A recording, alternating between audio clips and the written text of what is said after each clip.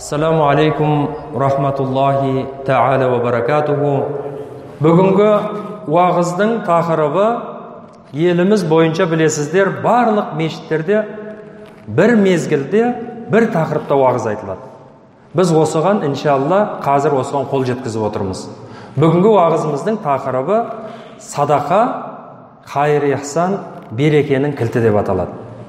Өздеріңіз білесіздер, Алла Тағаланың ризалығы үшін жасалған әрбір іс пен берілген затты Алла ризалығы үшін садақа деп атаймыз.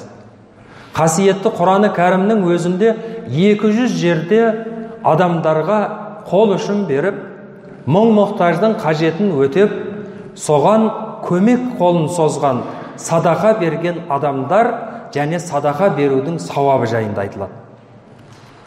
Демек, осы садақа Алланың ризалығы үшін мұқтаж жанға, екінші бір Алланың ризалығы деп берілген садақа өз мүлкінен адал табысынан болуы тиіс, осындай үш шарты міндетті түрде негізге алынады.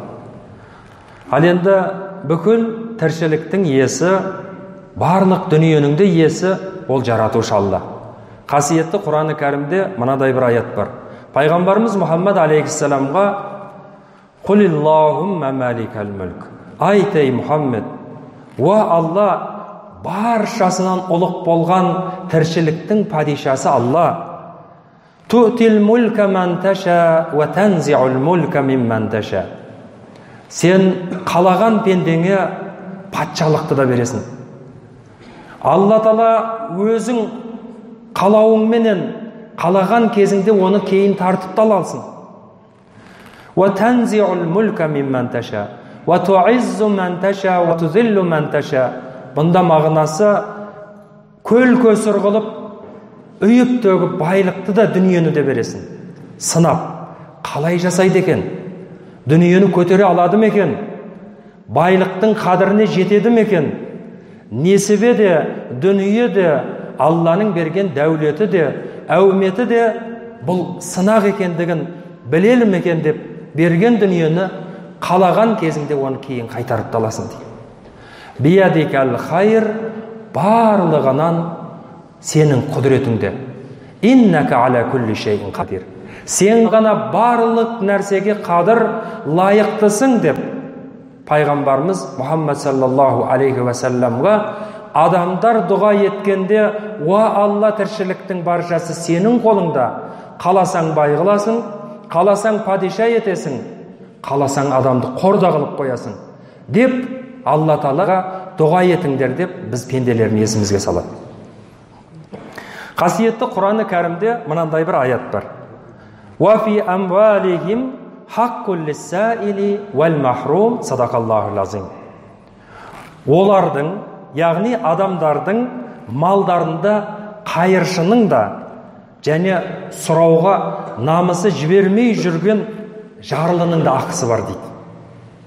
Дәулетті болған адамның дүние мүлкінде тек қана сіздің хаққыңыз емес, Алла Тағала сынап берген дәулетте басқа да жарлының да, қайыршының да ашық түрде қайыр сұрап атқандардың да, және сол қайыр сұрауға бір намысы жібермей үйде кішкене кедейлік жоқтық болып жатса да намысы жібермей жүрген адамдардың да хаққысы бар дейді қасиетті Құранда. Қадірлі бауырлар, демек садақа, пайғамбарымыз хадисінде айтады, жамандықты пәлекеттің бетін қайтарады дейді.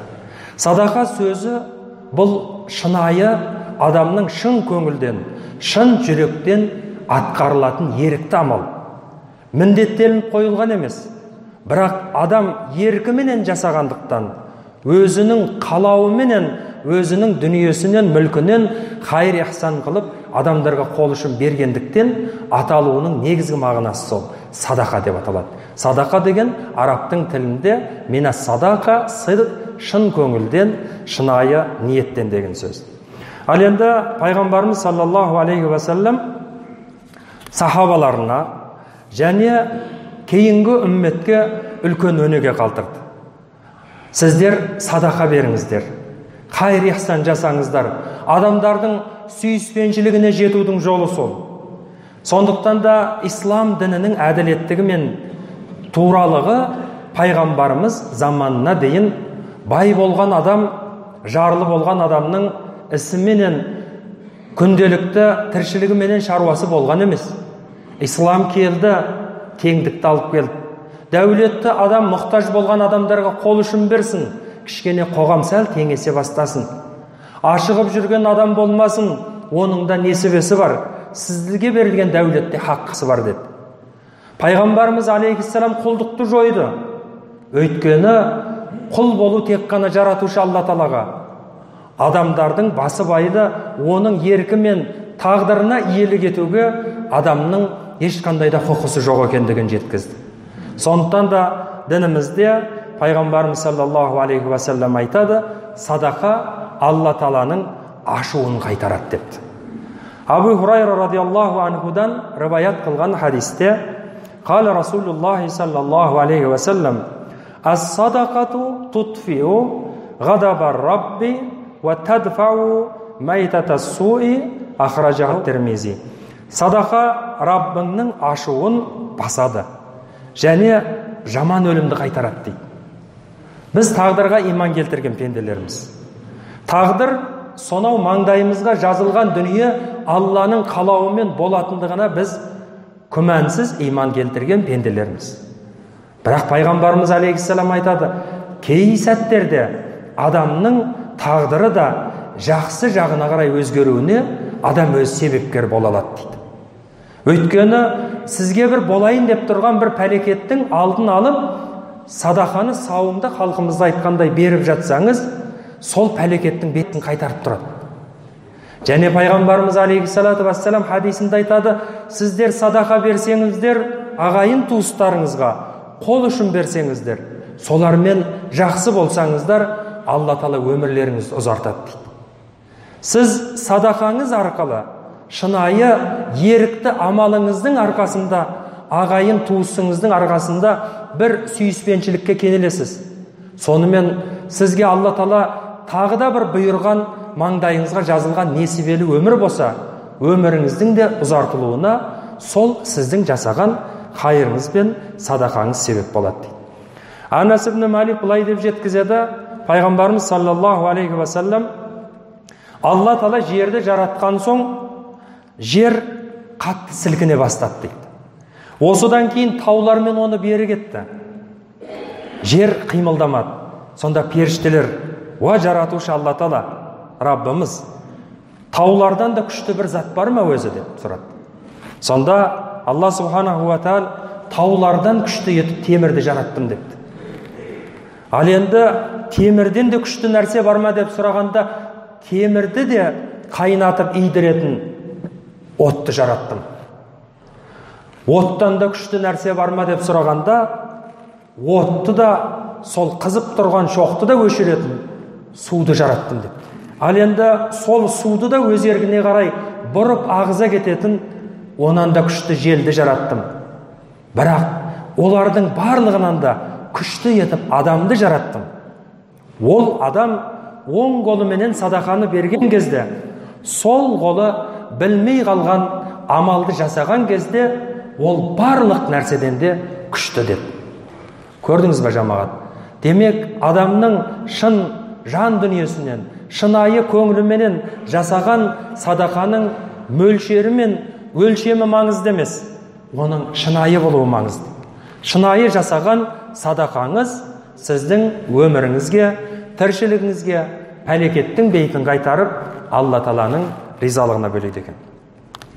Пайғамбарымыз саллаллаху алейхи ва саллям хадисінде Алла Тағала рызық берген пенделерді төртке бөліп айтады. Сонда инна дуния ли арбаати нафар. Дүние бір төрт түрлі адамдардан тұрады десе де болады. Соларға бір берілген деген мағынада да түсінуге болады дейді. Сонда пайғамбарымыз алейхиссалату вассалам хадисінде айтады: абдин разақахуллаху мәлән ва илман фахуа яттақи фихи рабба. Сондай бір пенде бар. Оған Алла Тағала білімді де беріп қойған. Және оған мал мүлікті де беріп қойған. Яттақи фихи раббаху ва ясила фихи рахма. және бұл адам сондай қайырлы жақсы адам, дүние мүлкі бар, соны қалай жұмсайтын ақыл, парасатпен білім де бар. Сол дүние мүлкі мен білімінің арқасында Алладан да қорқады, туған туыстарына қайыр ихсан жасайды, және ол я'ламу лиллахи фихи хаққа, ол жақсы біледі, Алла Тағаланың алдында оның хаққысы барын, берген несібеде хаққы барын.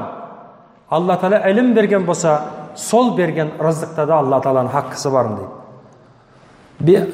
Фахада би афдалил маназил, бұл өте биік, жақсы дәрежеде болған адам деп.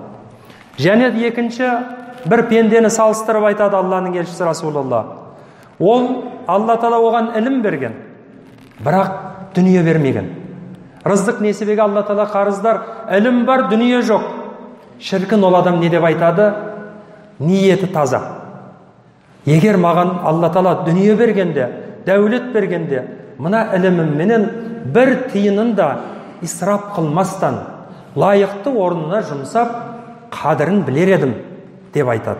Сонда пайғамбарымыз алейхиссалату вассалам, фаажрухума сауа, бұл екеуінің де сауабы, яғни бірдей.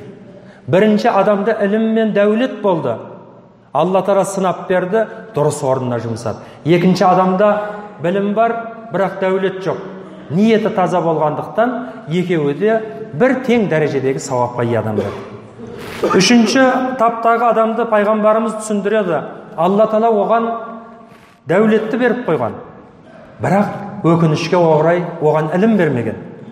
Ал енді бұл адам фахуа яхбиту фи малихи биғайри илм. Алла Тағала берген дәулетті, оны көл-көсір дүниені ысырап жасап, бекерге құрдымға кетіріп зая етеді дейді. Оның қадірін білмейді, Алладан қорықпайды, өйткені білім аз. Дәулет бар, бірақ білім жоқ. Ол ағайын туыспен бөлісейін, жұртқа қол ұшын берейін демейді, өйткені ода білім жоқ, бірақ дәулет бар. Сондықтан да Алла субханаху ва тағала бұны келесі санаттағы күнәлі болған дәрежедегі адамдар қатарына жатқызады. Және төртінші бір адам бар, Алла Тағала оған ілім де бермеген, және оған дәулет де бермеген адам. Бұл адам Алла Тағаланың рыздық несібеге Алла қарыздар. Адам біреу бай болуы мүмкін, біреу жарлы болуы мүмкін, біреу орташа ел қатары өмір сүруі мүмкін. Бірақ білімді болуына ешқандайда нәрсе кедергі болмайды. Мешіттерімізге келіп, Құранды үйренейін десеңіз, ешкім сізге алдыңыздан есікті жаппайды. Сізді қош етіп қарсы алады. Ал енді Алланы танимын, дәулетті несібені дұрыс орнына жұмсауым үшін көзім ашып сауатты болайын десеңіз, барлық емін еркін сіз білім үйренуіңізге мүмкіндігіңіз бар. Сонда Алланың елшісі Расулулла айтады, осы төртінші мен үшінші санаттағы адамдар екеуі де күнәлі дәрежедегі адамдар депті. Өйткені дәулетті болған адам, бірақ білімді болмады, қадірін жетпейді. Ал енді тіпті білім де болмады, о да дәулет те болмады. Бірақ ол адам мынадай деп айтады екен. Ла амилту фихи би амали фулан. Яғни, егер лау аннали малан, маған дәулет біткенде, мынау жұрттар жалғанды жалпағынан басып, керемет адамдардан өзін артық санап, адамдардың бәрін өзінен төмен санап, солар секілді мен де бір жасап қалар едім дейді. Өйткені онда ілім жоқ. Кішіпейілдік болуға, тәкаппарлық болу күнә екендігіне, және адамдардың арасында Алланың барша құлы тарақтың жүзі секілді тең екендігіне білетін білім болмағандықтан, бұл адамда осындай ниетті дейді.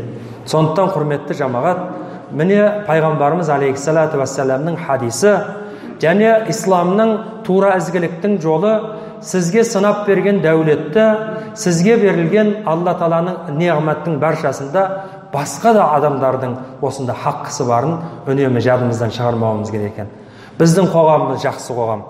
Аллаға шүкір, мамыражай өмір сүріп жатырмыз. Аллаға шүкір, бүгінгі таңдағы біздің байларымызда да, дәулетті адамдарымызда қайыр болып жатыр. Берекет бар, қол ұшын беріп жатыр. Мешіттер салады, қоғамға қандай да бір қажетті болған ортада қол ұшын беріп көмектесіп жатады. Біз осыны үнемі жақсылыққа үндеп отыруымыз керек.